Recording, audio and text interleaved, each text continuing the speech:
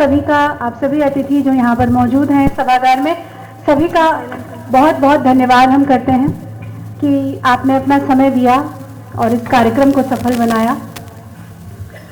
और अब बात उस कार्यक्रम की जिसकी तैयारी बहुत समय से चल रही है, जिसकी लेखिका भी आज हमारे साथ यहाँ मौजूद है, जिसको सोचने वाले भी मौजूद हैं, और बाकी की चीजें आपको आगे के कार्यक्रमों में आगे पता चलती रहेंगी आने वाले समय में।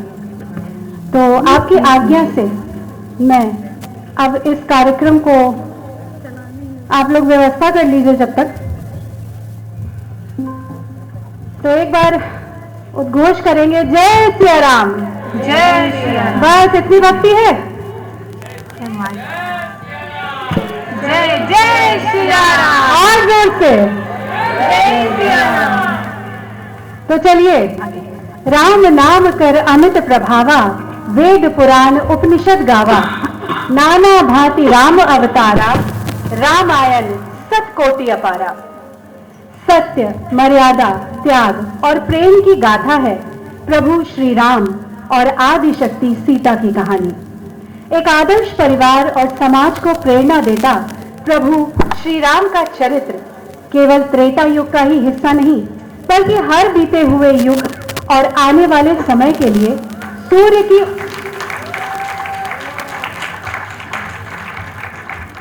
की उन किरणों के समान है जो अंधियारे से निकालकर संपूर्ण सृष्टि को अपनी रोशनी और ऊर्जा से भर देती हैं।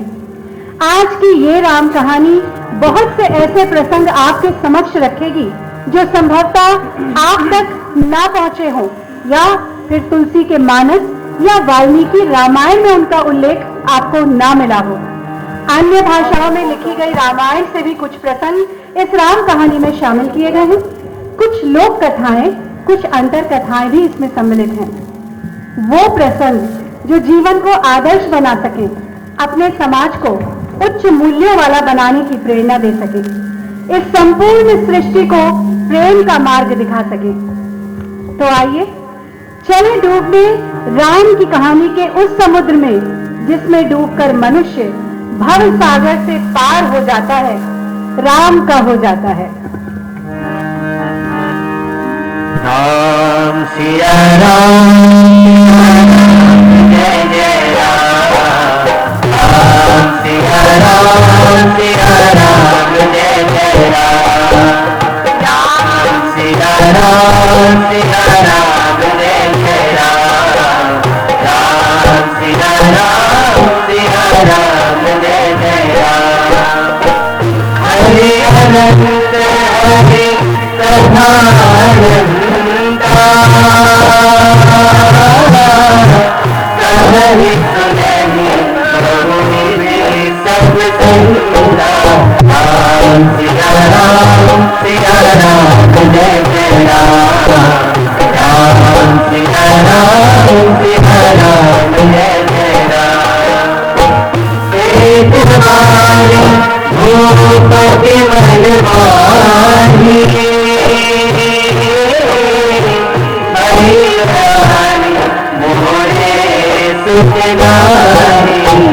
राम सिया राम, सिया राम जय जय राम। राम सिया राम, सिया राम जय जय राम।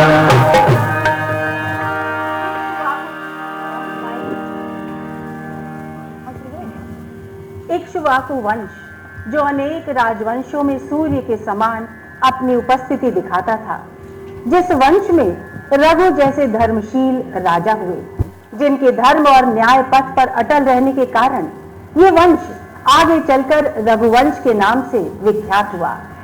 ऐसे वंश को उत्तराधिकारी न दे पाने के कारण राजा दशरथ को मन ही मन बड़ी ग्लानि हुई।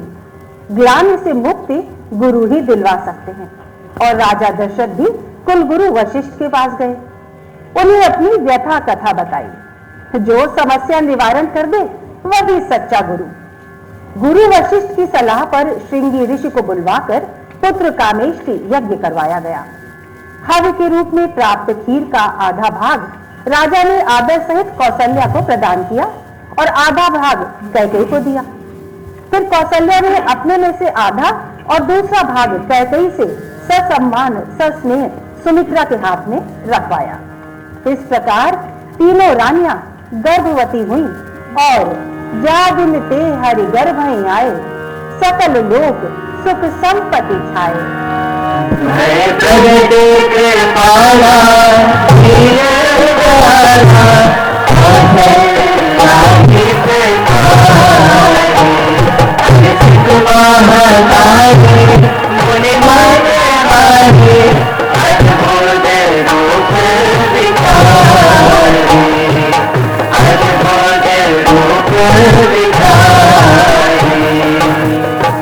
समय अनुसार कैकेयी और सुमित्रा ने भी सुंदर पुत्रों को जन्म दिया। अवध में चारों ओर उत्सव छाया था। उत्सव की छाया ऐसी छाई कि सूर्य देव भी समय गति और मार्ग भूल कर पूरे माह भर वहीं ठिठक गए। बास दिवस कर दिवस भा, मरम न जाने कोई, रथ समेत रवि भा गयो, निशा कवन विधि कोई।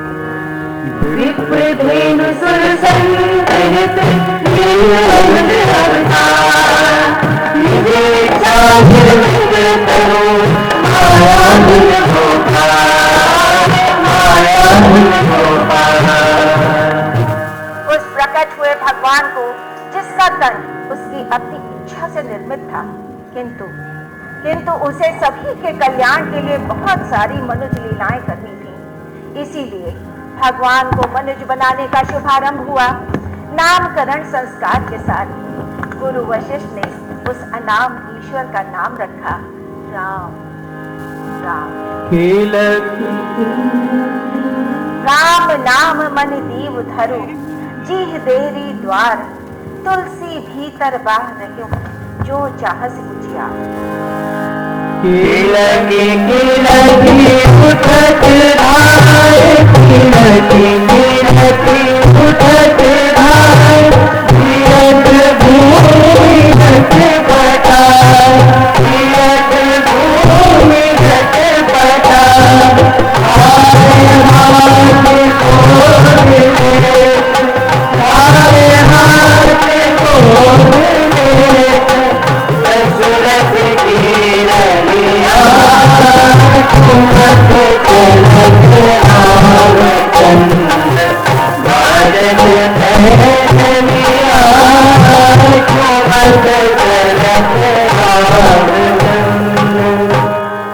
सबका मंगल करने वाले प्रभु दशरथ के आंगन में बाल लीलाएं करते फिरते हैं।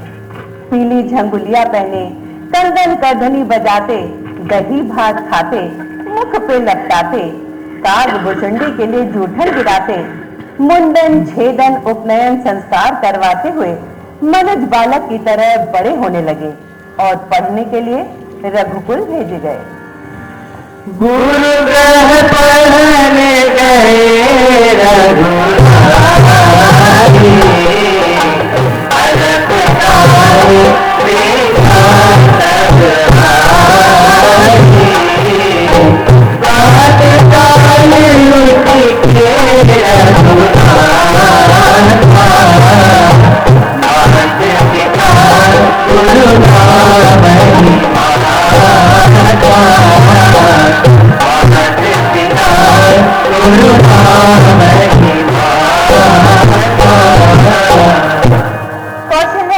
राम की प्रतिभा और कौशल सुन सिद्धाश्रम से मुनि विश्वामित्र अयोध्या पधारे।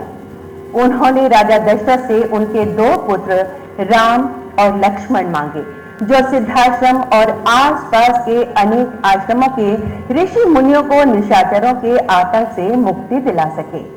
पुत्र मोह के कारण पहले तो राजा दशरथ ने मना कर दिया, किंतु गुरु के समझाने पर वो सहमत हो गए। इस प्रकार आरंभ हुई राम की पहली यात्रा, जिसमें वो महलों से निकलकर आम जन से जुड़ने चले, लोगों के संकट हरने चले। विश्वामित्र बड़े ही आनंद और अपने भाग्य पर इतराते हुए मार्ग पर चले जा रहे हैं भगवान को संसार को सौंपने। पर उससे पहले वे परम ब्रह्म को उसकी आदि शक्ति से मिलवाएंगे। राम अभी मनुज ही हैं।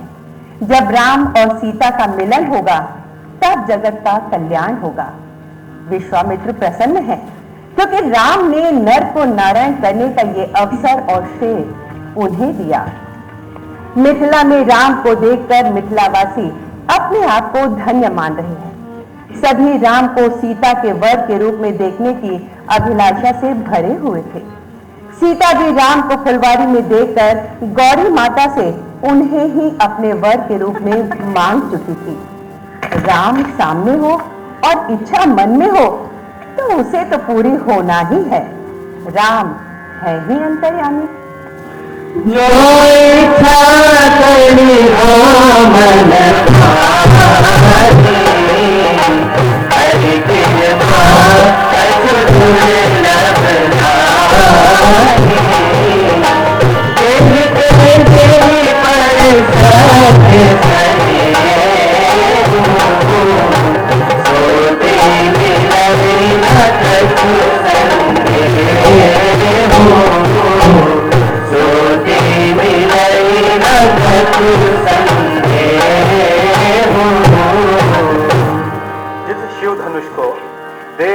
से आए अनेक राजाओं का अहंकार तिल भर डिगा नहीं सका था, उसे राम की विनम्रता ने पल भर में 2 टुकड़ों में बदल दिया।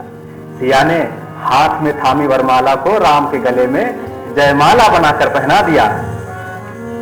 श्री रघुवर कोमल कमल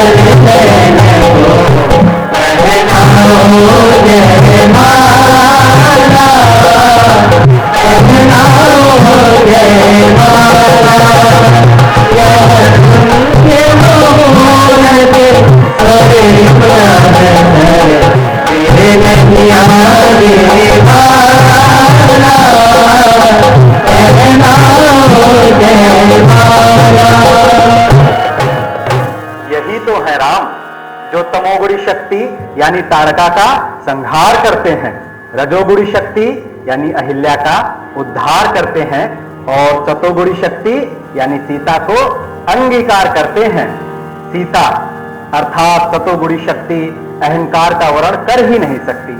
अहंकार केवल सृष्टि का उपभोग करता है और सतोगुणी शक्ति सदा विनम्रता का वर्णन करती है। ब्रह्म और शक्ति साथ मिलकर संपूर्ण जगत का कल्याण करते हैं और जगत उन्हें कहता है सीताराम। राम सिया राम सिया राम जय जय राम, राम सिया राम सिया राम जय जय राम, राम सिया राम सिया राम जय जय राम, राम सिया राम सिया राम जय जय राम।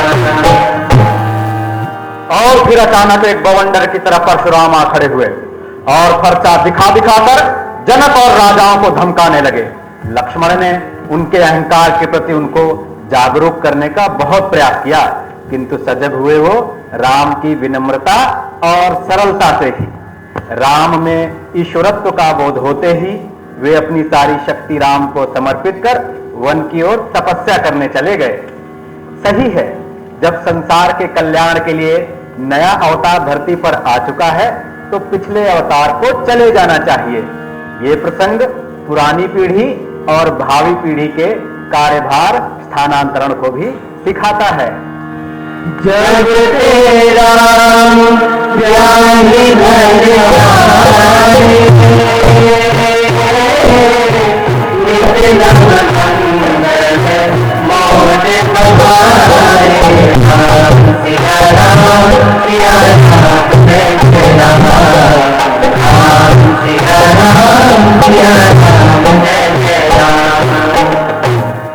एक दिन राजा दशरथ दरबार में जाने से पहले दर्पण में देखकर शीश पर मुकुट धारण कर रहे थे कि कान के पास श्वेतकेश ने चुपके से उनके कान में उनकी आयु के संबंध में चुगली कर दी। तत्काल राजा ने सोचा कि अब यह मुकुट भावी पीढ़ी के शीश पर धरने का समय आ गया है। गुरु वशिष्ठ के पास जाकर उन्होंने अपनी इच्छा कही कि वे राम को युवराज पद देना चाहते हैं। अगला दिन ही शुभ मुहूर्त बता गुरु वशिष्ठ ने राम के राज्याभिषेक के लिए निश्चित कर दिया। चारों ओर आनंद की लहर दौड़ गई। चारों भाइयों के विवाह का उत्सव अभी थमा नहीं था कि इस समाचार से अयोध्यावासी धन्य हो गए। गुरु वशिष्ठ ने राम को इसकी सूचना दी। सुनते ही राम व्यथित हो गए। जन्म के बाद से सारे संस्कार, खाना पीना, खेलना कूदना, गुरुकुल जाना, यहाँ तक कि विवाह भी, सब भाइयों का एक साथ, और राज्याभिषेक केवल ज्येष्ठ पुत्र का। ये कैसी अनुचित रीति है रघुकुल की? पर रीति है तो है। इस पर उनके प्रिय भाई भरत भी नहीं, वह शत्रुघ्न के साथ ननिहाल में, और यहाँ इतना बड़ा निर्णय।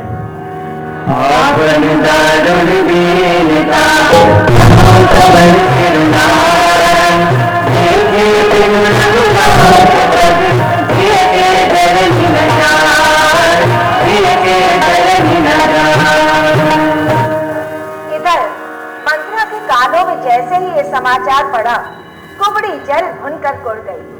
सीधी पहुंची कैकई के पास। उसके रवैये को देखकर कैकई ने फटकार लगाई तो उसने भविष्य की दुर्दशा का ऐसा चित्र खींचा कि कैकई कल्पना मात्र से सिहर उठी। पर किया क्या जा सकता है, ये तो राजा का निर्णय है।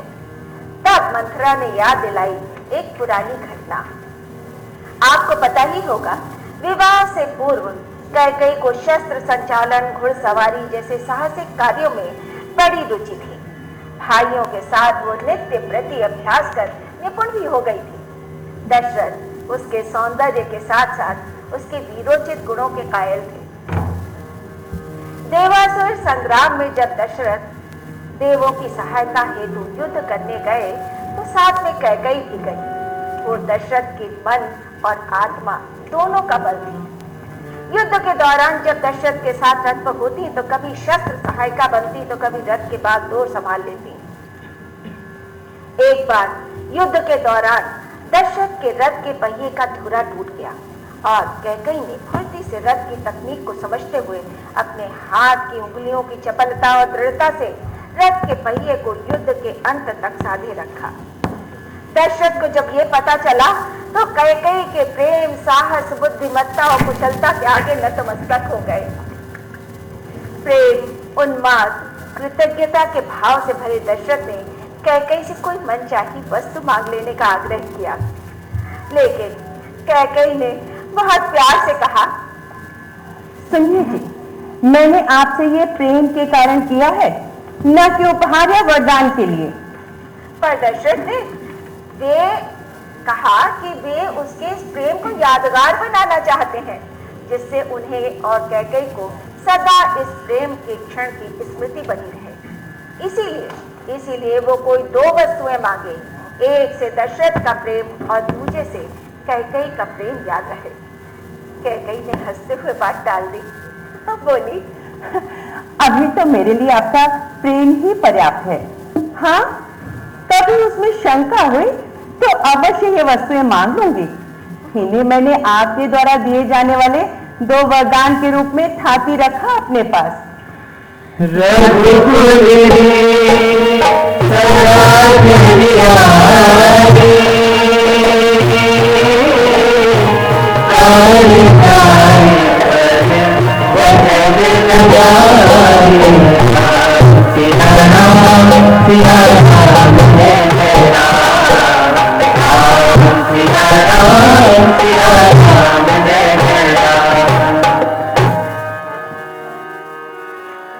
आज समय है उस प्रेम के परीक्षण का। जाओ और राजा से अपने लिए ऐसे वरदानों को मांगो कि जीवन भर के लिए तुम्हारा और तुम्हारे पुत्र का भविष्य सुरक्षित हो जाए, रास्ते का कांटा भी सदा के लिए निकल जाए। जो सौत तुम्हें आज नीचा दिखाना चाह रही है, उसकी चाल को उसी के ऊपर चलकर पराजित कर दिया जाए। इस तरह मंथरा ने असुरक्षित भविष्य की आशंका, राज्य की महत्वाकांक्षा और सौतिया डाह के पैंतरों का प्रयोग कर कैकई को अपने वश में कर लिया। राजा दशरथ उलझे हुए कैकई के भवन की ओर चले। सोच रहे थे कि अपने प्रिय राम के विषय में ये सुखद समाचार सुन कैकई कितनी प्रसन्न होगी, पर कैकई भवन में नहीं, कोप भवन में। राजा पर गाज सी गिरी। लड़खड़ाते कदमों से वो कोप भवन में पहुंचे। हृदय की धड़कन भय से बढ़ती जाती थी, माथे पर पसीना। और वहां का हाल देखकर दुर्वट कह रहा है, पहले मेरी शर्त मानो तब नाव से पार उतारूंगा, वरना मैं चला, मुझे अपनी जीविका नहीं गंवानी। भाई केवट, मुझे पार उतारने से तुम्हारी जीविका कैसे चली जाएगी? ये तो तुम्हारा कर्म है, इससे तो तुम्हें जीविका मिलेगी। ना ना ना ना, मैं तुम्हारा सारा भेद जानता हूं, मुझे मत बहलाओ। तुम्हारे पैरों की धूल बड़ी करम आती है। ये पत्थर को छू गई थी तो पत्थर स्त्री बन गया। मेरे पास ले दे के यही पुरानी टूटी फूटी काठे की नौका है रघुवर। अब काठ पत्थर से तो कठोर नहीं, ये स्त्री बन गई तो मेरी जीविका कैसे चलेगी? मुझे तो कोई दूसरा हुनर भी नहीं मालूम। अब जीविका गई तो गई, घर में खाने के लिए एक प्राणी और बढ़ जाएगा। ना ना ना ना, मैं ऐसे तो मैं अपनी नाव में नहीं चढ़ाऊंगा। तो भाई केवट, फिर मैं गंगा कैसे पार करूंगा? केवट ने राम को ऐसे देखा मानो कह रहा हो, वाह रे छलिया, सबको भाव सागर पार उतारो तुम, और हमसे कह रहे गंगा पार कैसे करेंगे? अच्छा भाई, तुम ही बताओ कि तुम मुझे कैसे अपनी नाव में चढ़ाओगे? भाई हमें गंगा पार करा दो, बदले में जो उतराई कहोगे हम देंगे। उतराई और तुमसे ये घाटे का सौदा मैं नहीं करता। ऐसी उतराई भला कितने दिन मेरे परिवार का पेट पालेगी, जब मेरी नाव ही नहीं रह जाएगी। केवट की ऐसी बात सुन राम हंस पड़े।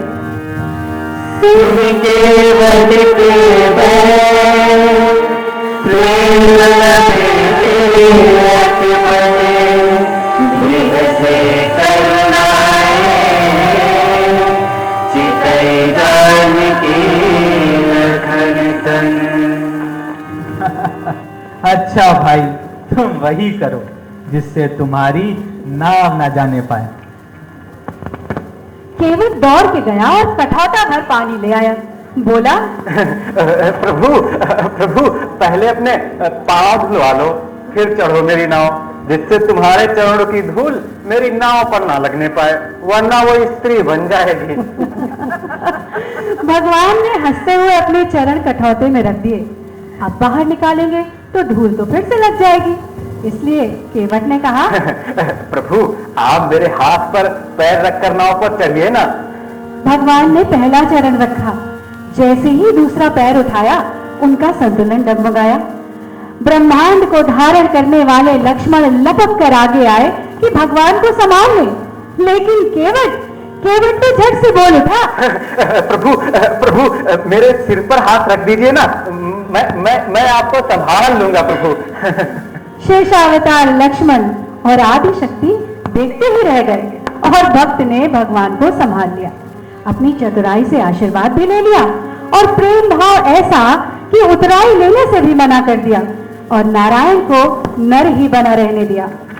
भगवान मुस्कुराते हुए नाव पर विराजमान हो गए कि केवल भगवान ही भक्तों को नहीं संभालते, भक्त भी भगवान को संभालते हैं।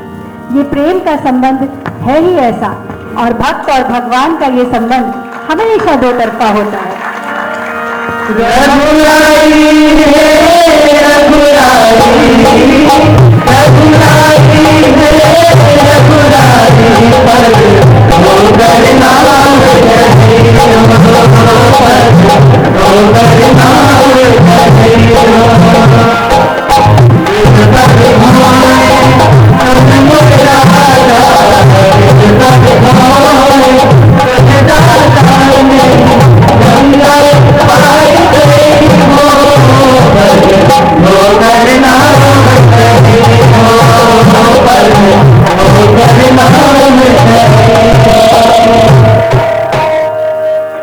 अपनी यात्रा को आगे बढ़ाते हुए राम तीर्थराज प्रयाग में भरद्वाज मुनि से भेंट कर विंध्याचल क्षेत्र पहुंचकर ऋषि वाल्मीकि से ऐसे स्थान के बारे में पूछते हैं जहां वे अपनी प्रिया और अनुज के साथ पर्णकुटी बनाकर निवास कर सके। उनके रहने से वन में साधना के लिए आए ऋषि मुनियों साधु सन्यासियों को भी किसी प्रकार की कोई परेशानी ना हो। राम की इस नीति प्रियता से वाल्मीकि अभिभूत हो कहते हैं, पूछो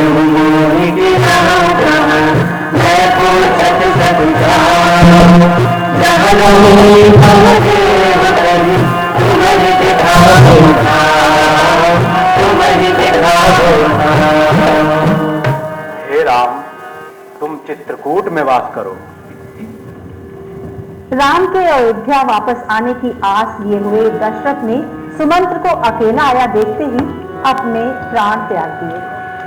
राम राम कही राम कही राम राम कही राम राम राम कही राम कही राम राम कही राम तनु परिहर रघुबर विरह राम गयो सुरधाम राम गयो सुरधाम राम राम कही राम। वन की ओर भरत के साथ शरत बयाने खाद पर पिता दीन खलिहान जाति मनोहर रघुबर जी भरत सरिस खोआन भरत सरिस खोआन। राम के मार्ग का अनुसरण करते हुए भरत निषादराज की सहायता से जा पहुंचे चित्रकूट में, जिसे अयोध्या को त्याग कर राम ने अपने लिए चुना था। भरत जैसे भाई और भक्त का मार्गदर्शक निषाद का सेवक, यही तो है राम की विलक्षणता। राम रावण के उद्धार के लिए पिता को बिलखता छोड़ाते हैं और निषाद को भाई बनाने के लिए भरत से दूर हो जाते हैं। निषाद की सहायता से भरत चित्रकूट में राम की कुटिया पहुंचकर राम से भेंट करते हैं। भरत के मन का क्षोभ राम दूर करते हैं, पर इससे आगे क्या हो? दोनों भाइयों में संकोच का संघर्ष चल रहा है। भगवान चाहते हैं भक्त मांगे और भक्त की आस्था है कि वो कौन होता है भगवान को बताने वाला कि उसे क्या चाहिए। ये ऊहापोह सारे अयोध्या वासियों और मिथिला वासियों ने जनक, सुनैना, वशिष्ठ, अरुंधति तीनों माताओं सहित कई दिन तक देखी। अंततः भरत राम की खड़ाऊ शिरोधार्य कर अयोध्या आते हैं। राम भक्त ने चढ़ाए राम की निशानी राम भक्त ने चढ़ाए राम की निशानी शीश पर गाओ अखियों में पानी राम भक्त ने चढ़ाए राम की निशानी राम भक्त ने चढ़ाए राम की निशानी। राजकीय कार्य शत्रुघ्न के सुपुर्द कर स्वयं नंदी ग्राम में राम की खड़ाऊ स्थापित कर उन्हीं को शीश नवाते हुए जटाजूट बना धरती में गड्ढा खोद उसमें सांकरी बिछा कठिन नियम संयम सेवा का व्रत ले रहने लगे। सारे राज्य का संचालन और शत्रुघ्न का मार्गदर्शन यहीं से करने लगे। राजसी वस्त्र आभूषण त्याग कर वस्त्र पहन राजकाज को रामकाज समझकर निभाने लगे। बहुत अल्प मात्रा में कंद मूल फल का आहार लेते हैं। उपलब्ध न होने पर वैराग्य या त्याग कर वैराग्य तो फिर भी किया जा सकता है, किंतु राजसी वैभव उपलब्ध होने पर वैरागी केवल भरत ही हो सकते हैं। जो न होने जन्म भरत को सकल धर्म धरणी भरत को राम सिया राम सिया राम जय राम राम सिया राम सिया राम जय राम। रिपु दमन, जो रिपु का दमन करे और शत्रुओं का हनन। मनुष्य के दोष विकार ही तो उसके वास्तविक शत्रु हैं। ये जितने कम होंगे उनके साथ उतना ही कम संघर्ष करना पड़ेगा, और राम प्रेमियों के भीतर ऐसे विकार नहीं रहने पाते, क्योंकि धनुर्धारी राम के बाण इन दोषों का लगातार वध करते रहते हैं। शत्रुघ्न तो राम, लक्ष्मण और भरत से सुनी अयोध्या की रक्षा करते हैं। राम का यश सुनने मात्र से मनुष्य को कीर्ति प्राप्त होती है। ऐसी शुद्ध कीर्ति के स्वामी हैं शत्रुघ्न। राम ने जान लिया था कि यह स्थान अयोध्यावासियों ने देख लिया है, वे व्यथित होने पर फिर से यहां आ सकते हैं। राम ने वो स्थान छोड़ दिया, किंतु वन जीवन की दुर्दशा देख करुणा सागर राम द्रवित हो उठे। असहाय लोगों की रक्षा का उत्तरदायित्व लेते हुए राम ने प्रण किया, निश्चयहीन करूं मही मुझ उधार पर की सकल मुनिर के आजमनी जाए जाए सुखनी जाए जाए सुखनी। इस प्रकार दंडकारण्य में सभी के दुख दूर करते हुए राम ने वनवास के लगभग 12वें वर्ष में पंचवटी में वास किया, जहां रावण की बहन शूर्पणखा और उसके बलशाली भाइयों खरदूषण और तृष्णा का आधिपत्य था। शूर्पणखा आचरण में अपने भाइयों के ही समान आतंकी, स्वेच्छाचारी, कामुक, निर्द्वंद स्त्री थी। जिस पुरुष को वो चाह ले उसे अपने भोग के लिए अवश्य हासिल करती थी, चाहे सौंदर्य से, चाहे बल से या छल से। राम को देखकर राम के रूप पर मोहित हो गई और संसर्ग निवेदन ले राम के पास पहुंची। राम ने स्वयं को एक पत्नी व्रतधारी बताया तो कामातुर शूर्पणखा लक्ष्मण के पास जा पहुंची। लक्ष्मण ने कहा, मैं स्वयं राम का दास हूं और आप इस क्षेत्र की महारानी, उस पर रावण जैसे त्रिलोक विजेता की बहन। ना ना ना ना, ये दास आपके लिए उपयुक्त नहीं रहेगा। वैसे भी भैया राम और माता सीता की सेवा के अतिरिक्त मेरे लिए संसार में कुछ भी संभव नहीं। हाँ भैया राम चाहें तो ही आपकी इच्छा पूर्ति हो सकती है, किंतु वो अपनी पत्नी से बहुत प्रेम करते हैं। बलात् भोग की इच्छा दंडनीय है, चाहे पुरुष करे या स्त्री। यही विधान है और यही संविधान। स्त्री होने के कारण स्त्री के अपराध न कल क्षम्य थे न आज क्षम्य है। इस हाथ से शूर्पणखा तिलमिला तो उठी, पर राम के भीतर उसे वीरता का प्रमाण मिला जो उसके तपते हुए हृदय के प्रतिशोध की आग को बुझा सकता था। प्रतिशोध, रावण से प्रतिशोध, अपने पति विद्युज्जिव्या के वध का प्रतिशोध। रावण के घमंड को अगर कोई चूर चूर कर सकता है तो यही सुदर्शन राम। रावण का वध अगर कोई कर सकता है तो केवल राम, केवल राम। नाक कान कटवाकर विद्रूप रूपधारी शूर्पणखा चेहरे से रुधिर और आंखों से आंसू बहाती हुई लंका पहुंची।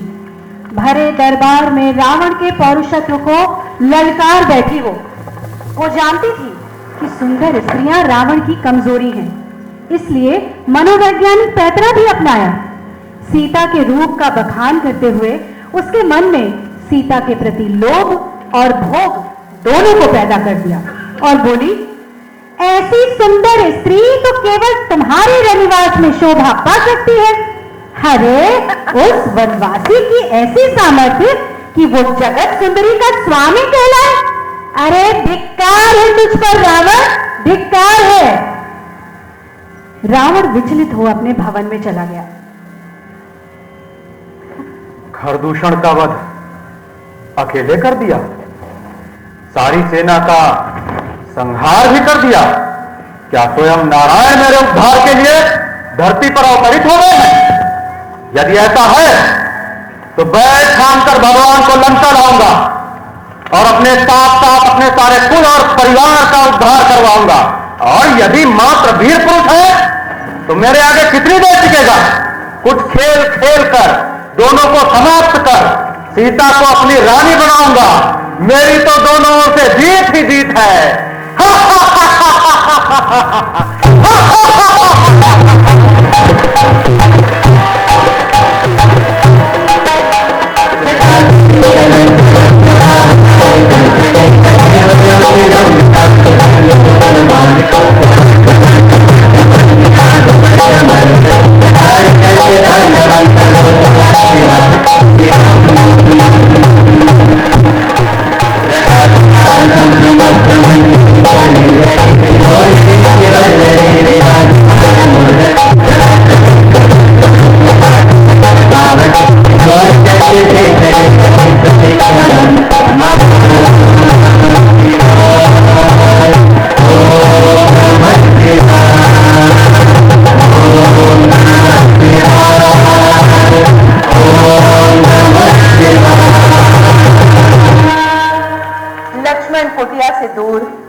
कंद मूल फल और लकड़ी आदि लेने गए हैं। सीते, हमारे वनवास का अंतिम चरण आ गया है। शूर्पणखा के रूप में हमने सीधे रावण को चुनौती दे दी। खर, दूषण और तिशरा के वध के बाद रावण अवश्य ही कोई बड़ा षड्यंत्र रचेगा। आपका वन आना अब सार्थक होने वाला है या निरर्थक, ये आगे का घटना चक्र और आपका निर्णय तय करेगा। आपकी कुशलता और आपका साहस ही इसमें आपका साथ निभाएगा। क्या आप इस कठिन अग्नि परीक्षा के लिए तैयार हैं? मैं वनवास आपके साथ आपके उद्देश्य की पूर्ति में सहायक होकर आई हूं आर्य, बाधक होकर नहीं। जनक नंदिनी किसी भी कठिन परिस्थिति के लिए तैयार है, चाहे फिर वो अग्नि में प्रवेश ही क्यों ना हो। तो ठीक है, अब हम दोनों ही मानवता के कल्याण के लिए साथ साथ इस संघर्ष की अंतिम कड़ी को परिणाम तक पहुंचाने के लिए एक दूसरे का साथ देने की प्रतिज्ञा करते हैं। इस राह में हमें लांछन मिले, बिछो मिले, यश मिले या अपयश मिले, हम आज फिर से अग्नि के सामने प्रतिज्ञा लेते हैं कि पीछे नहीं हटेंगे। अब आप शत्रु के खेमे में उसका सामना करने के लिए इस अग्नि में प्रवेश करिए और मैं आपके वियोग की अग्नि में प्रवेश करता हूं। हम ये चरित्र अपनी संपूर्णता के साथ निभाएंगे। हम दोनों का उद्देश्य केवल मानवता की रक्षा होगा। ना मैं आपको इस अग्नि में जलने दूंगा और ना आप इस अग्नि के ताप से हारेंगी। चाहे सारी लंका जलानी पड़े, पर आपको विश्वास रखना होगा कि आपका राम आपको जलने नहीं देगा। आपका ये विश्वास ही मेरी विजय है। यह आपके साहस के साथ आपकी विलक्षण बुद्धि की भी परीक्षा होगी। शत्रु के खेमे में किस पर भरोसा करना है, किस पर नहीं, यह आपको ही सोचना होगा। वहां आपकी रक्षा के लिए ना राम होंगे ना लक्ष्मण। सीता के मुख पर सहमति के साथ साथ राम पर विश्वास और अपने आत्मविश्वास के भाव स्पष्ट दिखाई दे रहे थे। राम और रमा ने जगत के कल्याण का संकल्प ले लिया था। परम ब्रह्म की आदिशक्ति आज संसार से दोष विकार मुक्त करने के लिए उससे अलग होने को तैयार थी। सीताराम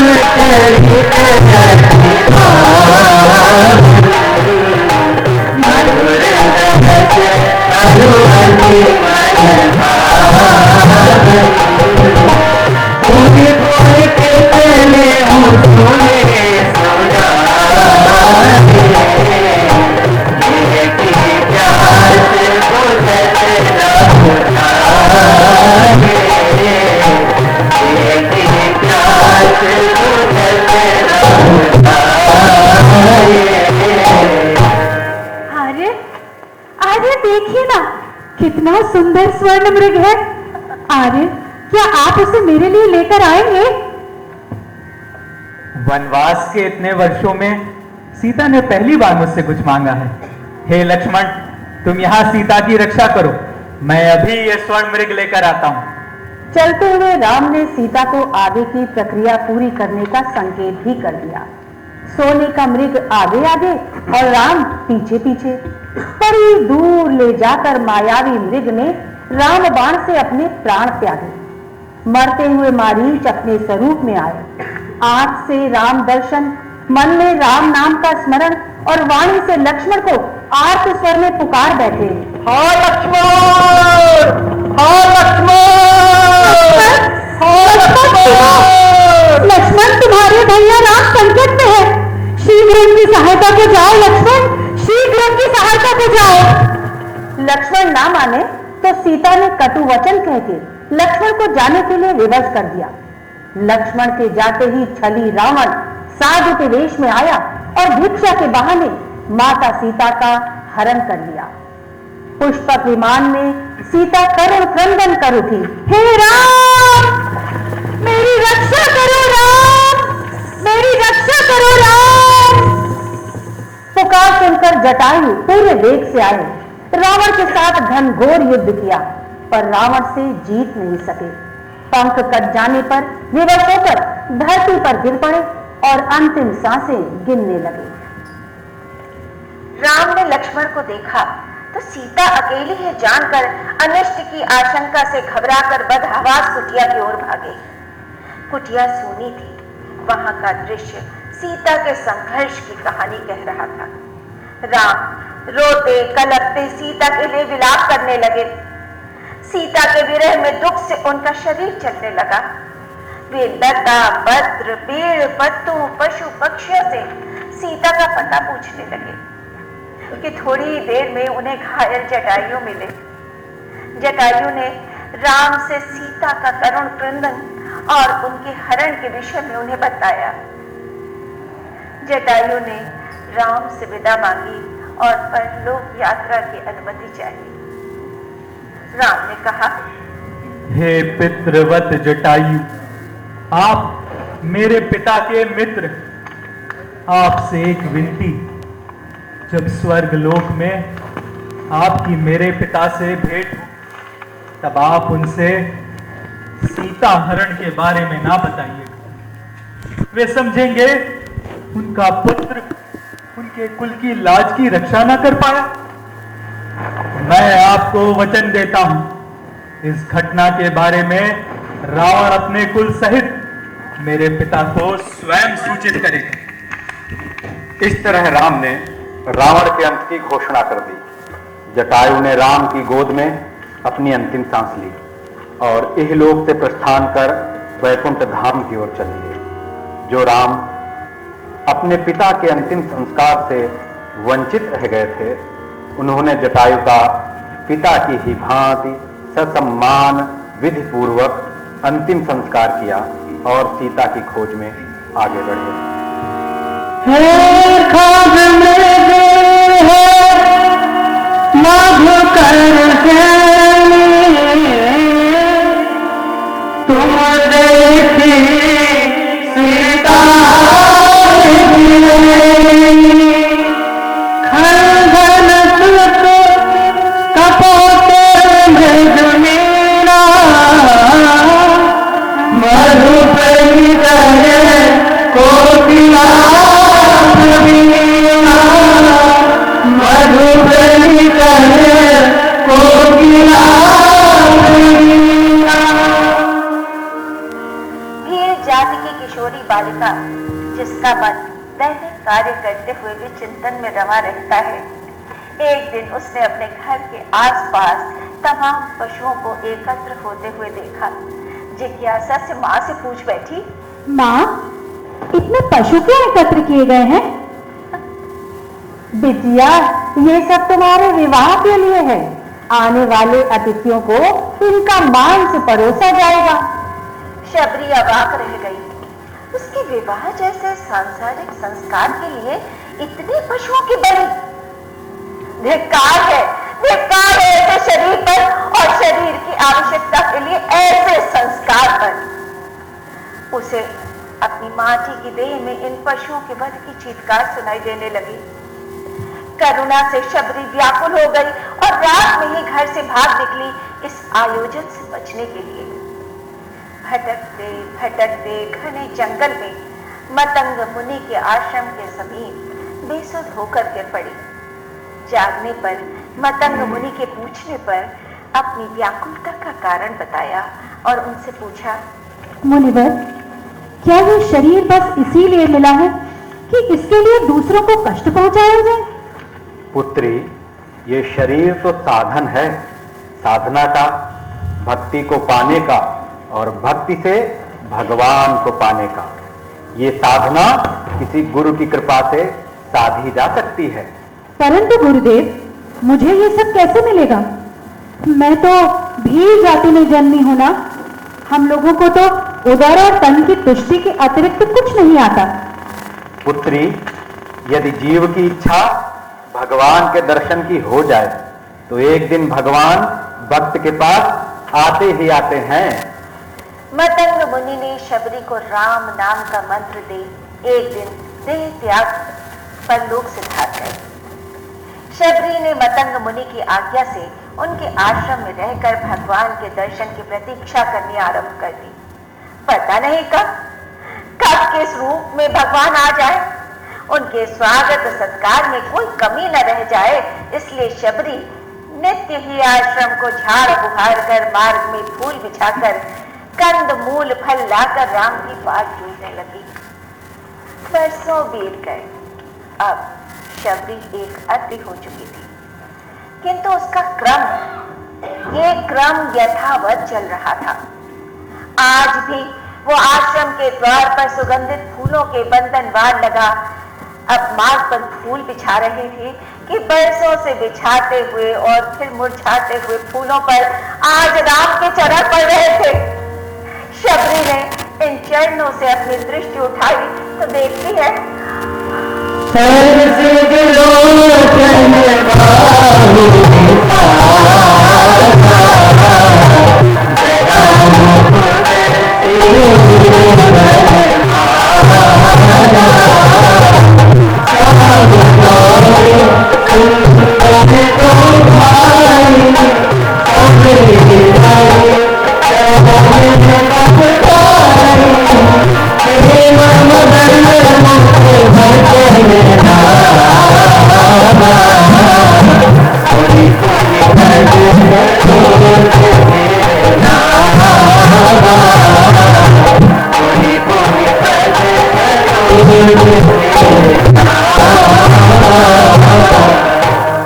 शबरी भाव विभोर होकर राम के चरणों से लिपट गई। उन्हें आसन में बैठाया, चरण धोए, मीठे फल से उनको तृप्त किया। अपने जीवन की हर एक बेला उसने राम की प्रतीक्षा में बिताई थी। उस शबरी ने अपने उस जीवन का एक एक पल चुनकर प्रेम से जूठा कर राम को समर्पित कर दिया। राम ने बहुत प्रेम सहित सारे जूठे बेर ग्रहण कर लिए। लक्ष्मण ने उन जूठे बेरों का निरादर नहीं, आदर किया। जिन क्षणों पर राम के प्रेम का अधिकार हो गया हो, उन्हें भला लक्ष्मण कैसे ग्रहण कर सकते थे। शबरी ने राम को बाली के अत्याचार और राक्षसी आचरण के बारे में बताया। रावण का मित्र होने के कारण वो उसके सभी अनैतिक कार्यों में उसका सहयोग करता था और रावण के जैसे ही उसके आचरण भी हो गए थे। उसका भाई सुग्रीव अपने मंत्रियों हनुमान आदि सहित पंपा सरोवर के पास ऋषिमुख पर्वत पर छुपकर अपने जीवन की रक्षा कर रहे थे। बाली से भयभीत सुग्रीव सभी को शंका की दृष्टि से देखता था, अतः उसने हनुमान को भेजा। हनुमान राम का परिचय प्राप्त करने के पश्चात सुग्रीव के पास ले आए। अग्नि को साक्षी कर दोनों की वचनबद्ध मित्रता करवाई। राम ने सुग्रीव को बाली के भय से मुक्त कराकर सुग्रीव को किष्किंधा राज्य का राजा और अंगद को युवराज नियुक्त कराया और फिर हनुमान को राम ने अपनी मुद्रिका दी, जिसे दिखाकर वो सीता को स्वयं के रामदूत होने का विश्वास दिला सकते थे। अर्थात राम जानते थे कि सीता किसे मिलेगी। अब हनुमान अंगद, जामवंत, नल नील आदि के साथ दक्षिण दिशा की ओर चल दिए। भटकते भटकते 1 माह का समय भी समाप्त होने को आ गया, पर सीता का कहीं पता न चला। भूख प्यास से बेहाल सारे वानर जल की तलाश में एक गुफा के अंदर चले गए। सीता की खोज में मानो सब अंधेरे में ही भटक रहे थे। गुफा की शांति में पहुंचते ही उनकी भेंट स्वयं प्रभा से हुई। वहां सभी के तपते मन को शांति और तृप्ति मिली। स्वयं प्रभा की कृपा से आंख मूंदने पर उनको मार्ग भी मिल गया और वो सब उस समंदर के किनारे खड़े थे जहां से उन्हें आगे जाना था। सत्य ही तो है, भक्त को भक्ति का मार्ग शांत, एकांत और अपने भीतर झांकने से ही तो मिलता है। श्री राम जय राम जय जय राम, श्री राम जय राम जय जय राम, श्री राम जय राम जय जय राम, श्री राम जय राम जय जय राम, श्री राम जय राम जय जय राम, श्री राम जय राम जय जय राम। जटायु के भाई संपाति से हुई। जटायु की मृत्यु और मृत्यु के कारण के बारे में सुनकर संपाति को बड़ा दुख हुआ। अपने भाई की मृत्यु को व्यर्थ न जाने देने के लिए संपाति ने अपनी दूर दृष्टि से सीता को रावण के लंका में अशोक वाटिका में अशोक वृक्ष के नीचे दुखी अवस्था में देख लिया और सभी को अवगत कराया। वहीं जामवन के द्वारा हनुमान जी को उनके बल और सामर्थ्य की याद दिलाने के बाद हनुमान समुद्र पार गए। सीता की सारी स्थिति को देखा समझा और रावण की लंका का भी पूरा अवलोकन किया। उसकी लंका में आग लगाकर उसे राम की शक्ति की झलक दिखलाया। अग्नि के द्वारा उन्होंने राम और सीता के बीच हुए अग्नि संबंधित वार्तालाप के परिणाम को सीता को भी जतला दिया। हे माता, जिस लंका में आप भगवान राम के विरह की आग में जल रही हैं, उस लंका को आपके करुणा निधान का ये दूत उनकी ही इच्छा और कृपा से आपकी भेंट चढ़ाता और प्रभु द्वारा आपको दिए गए उस वचन की याद दिलाता है जो उन्होंने कहे थे कि हे माते सीते, जिस अग्नि में आपको प्रवेश करना पड़ रहा है, प्रभु आप तक उस अग्नि की आंच भी नहीं आने देंगे। सीता ने भी इस गुप्त संदेश को समझा और अपने राम के दूत का अग्नि से एक बाल भी न प्रभावित होने दिया। दोनों ने दोनों के प्रेम की रक्षा की। वहीं सभी वानर सफलता के कारण बड़े उत्साह के साथ किष्किंधा पहुंचे और पहुंचते ही मधुवन में उत्पात मचाने लगे। ये देखते ही सुग्रीव समझ गए कि वानर राम काज कराए, क्योंकि जो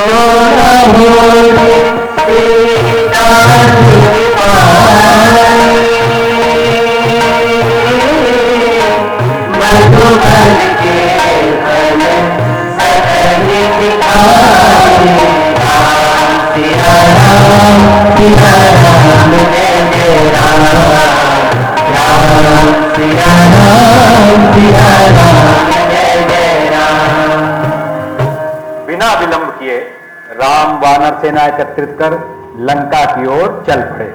राम की समुद्र समान विशाल वानर सेना का मार्ग समुद्र ने रोक दिया। विभीषण की सलाह पर राम ने समुद्र से मार्ग के लिए याचना की। ये बात लक्ष्मण को बिल्कुल नहीं भाई। रावण का पड़ोसी, उसके प्रभाव और दबाव में रहने वाला समुद्र भला रावण के शत्रु से मित्रता कर अपना अस्तित्व संकट में क्यों डालता? उसने राम की विनय नहीं सुनी। विनय न मानत जल जल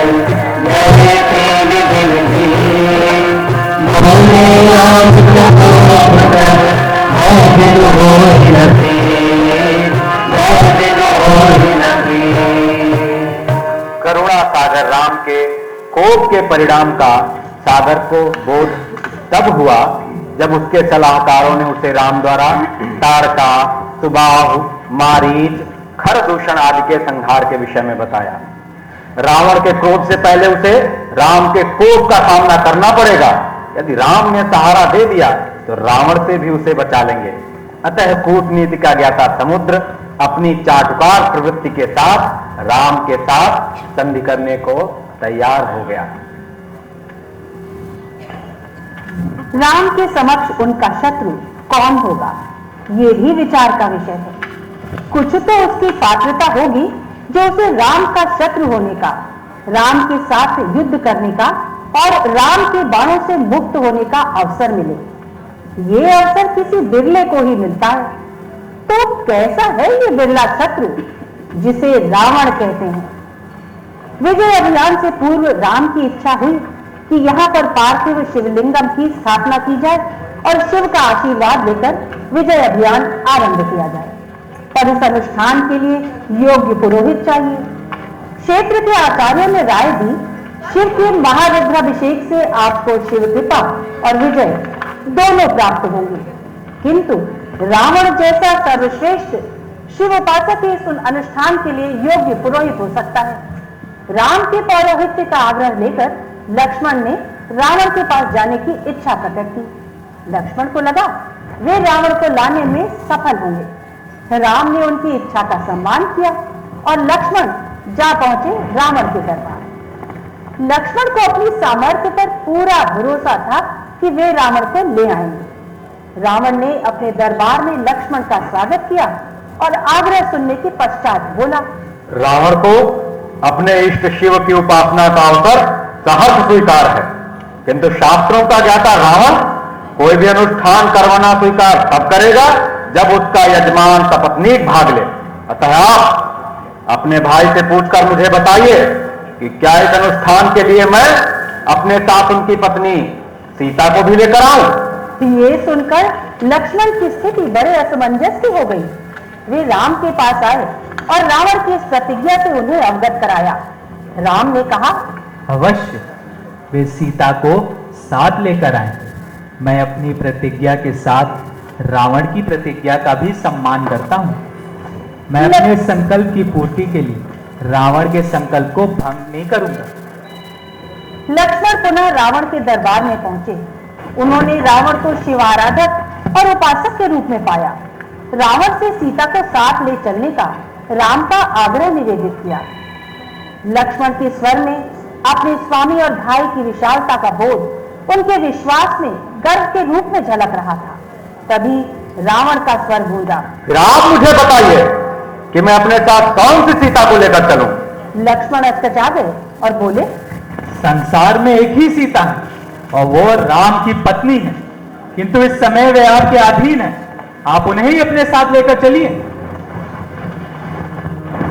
लक्ष्मण अपनी वाक निपुणता पर स्वयं ही मुग्ध थे कि इस प्रकार उन्होंने रावण को समझा दिया कि सीता कौन है और किसकी है। परंतु रावण ने कहा, नहीं, आप इसका उत्तर राम से लेकर आइए कि मैं अपने साथ किस सीता को लाऊं, क्योंकि अभी तुम सीता के ही संबंध में भ्रमित हो। राम ने तुम्हारे भ्रम निवारण के लिए ही भेजा है। राम जानते हैं रावण राम के उद्देश्य में साधक है, बाधक नहीं। पहले तुम भ्रम का निवारण करो। तुम अपनी सामर्थ्य को अपना विश्वास माने हुए हो, वही तुम्हारा भ्रम है। तुम्हारे भ्रम का निवारण केवल राम ही कर सकते हैं। राम और तुम मात्र उनके शत्रु होने के संकल्प से बंधा है, इसलिए ज्ञानी होते हुए भी वो अपनी भूमिका से पृथक नहीं हो सकता।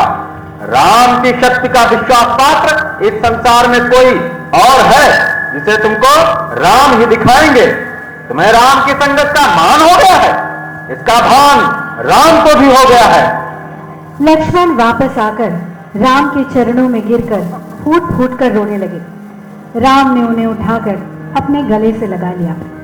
राम लक्ष्मण एकाकार हो रहे थे। अब राम ने हनुमान को पुकारा और उनसे पूछा, प्रिय हनुमान, क्या तुम ये कार्य कर सकते हो? हनुमान ने हाथ जोड़कर शीश झुकाते हुए कहा, आपकी कृपा से अवश्य प्रभु। हनुमान विनीत भाव से रावण के दरबार के बाहर रुके। गदा को द्वारपाल को सौंपते हुए कहा, महाराज रावण से मेरे प्रवेश की अनुमति दिलवाइए।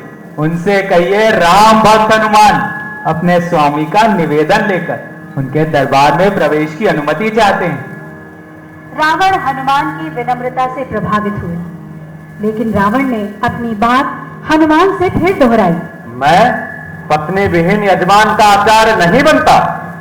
तो आप माता सीता को साथ लेकर चलिए विप्रवर। ठीक है, चलता हूं, लेकिन पहले आप मुझे यह बताइए कि कौन सी सीता को साथ लेकर चलूं?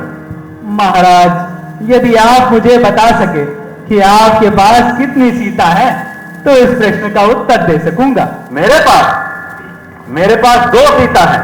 एक वे जो राम की पत्नी है और मेरे अधिकार में है, जिनका उल्लेख लक्ष्मण ने किया, और दूसरी वे जिन्हें आपने माता कहकर संबोधित किया, जो है ही जगदम्बा, सारे संसार की भांति मेरे हृदय में भी उसी रूप में विराजमान है।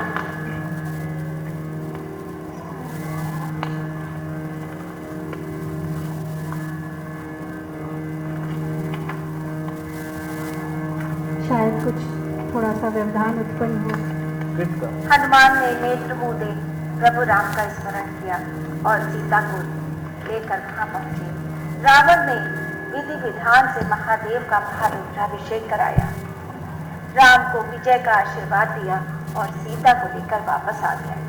मन ही मन अपनी मुक्ति का साधन बनाने के लिए जगदम्बा को प्रणाम भी किया और अपने व्यवहार के लिए क्षमा भी मांगी। आशुतोष शशांक शेखर चंद्रमौलि चिदंबरा कोटि कोटि प्रणाम तुमको कोटि नमन दिगंबरा निर्विकार ओंकार अविनाशी तुम्हीं आदि देव जगत सर्वत प्रलय करता शिवम सत्यम सुंदरा शिवम सत्यम सुंदरा शिवम सत्यम सुंदरा। सभी सेतु निर्माण के कार्य में जी जान से जुटे थे। नन्ही गिलहरी तक अपना योगदान दे रही थी। ऐसे में भगवान राम ने सोचा कि उन्हें भी सबके साथ कुछ हाथ बटाना चाहिए। उन्होंने भी एक पत्थर उठाया और पानी में छोड़ा। पर ये क्या, पत्थर तो डूब गया। उनका नाम लिखा पत्थर पुल बन रहा था और ये पत्थर डूब गया। राम सकुचा गए और इधर उधर देखने लगे, पर भक्त हनुमान की दृष्टि तो सदा अपने प्रभु की ओर ही लगी रहती थी। वे राम के पास पहुंचे और मुस्कुराते हुए पूछने लगे, क्या हुआ प्रभु? भगवान संकोच में कि क्या कहे। बजरंग बली ने वैसे ही मुस्कुराते हुए कहा, प्रभु, आपके नाम का जो भी सहारा लेगा कभी डूब नहीं सकता। ये पत्थर क्या वस्तु है, किंतु जिसे आप छोड़ दें उसे भला फिर डूबने से कौन बचा सकता है। राम नारायण नहीं, नर बनकर ही रावण को मुक्ति देंगे। उसकी इच्छा ही ऐसी है और राम सबकी इच्छा पूरी करते हैं। इसलिए सभी अपने मन में विश्वास रखें कि राम सेतु का अर्थ ही है राम से तू।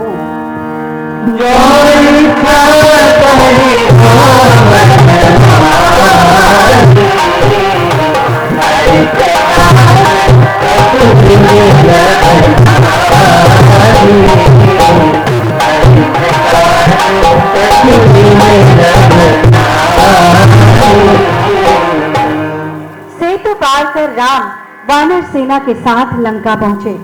सुबेल पर्वत के अंचल पर डेरा लगाया गया। व्यर्थ का रक्तपात ना हो इसलिए एक बार फिर से शांति संदेश के साथ अंगद को भेजा गया। अंगद ने माता सीता को लौटाकर युद्ध को टालने का निवेदन भी किया, किंतु रावण ने उसे अपने मित्र का पुत्र बता उसकी राम के प्रति निष्ठा को अनेक तरह से डिगाने का प्रयत्न किया, पर वो अंगद की आस्था और श्रद्धा को तिल भर भी न डिगा सका। अंगद का पैर भक्त का भगवान के ऊपर आस्था, श्रद्धा और विश्वास का प्रतीक है। युद्ध आरंभ हुआ, घनघोर युद्ध हुआ। अनेक राक्षसों के साथ कुंभकर्ण, मेघनाथ और अंततः रावण का वध हुआ। विभीषण लंका के राजा हुए। उनकी आज्ञा लेकर सीता को राम के सम्मुख ससम्मान लाया गया। इस कठिन अग्नि परीक्षा से सीता सफलतापूर्वक बाहर आई अपने राम के पास। राम के प्रति उनके प्रेम, विश्वास और आस्था को न रावण का वैभव दिखा सका, न उसका बल और न उनकी सोने की लंका। सीता राम की थी, राम की है और सदा राम की रहेगी। जय सिया राम। जय सिया राम। जय सिया राम।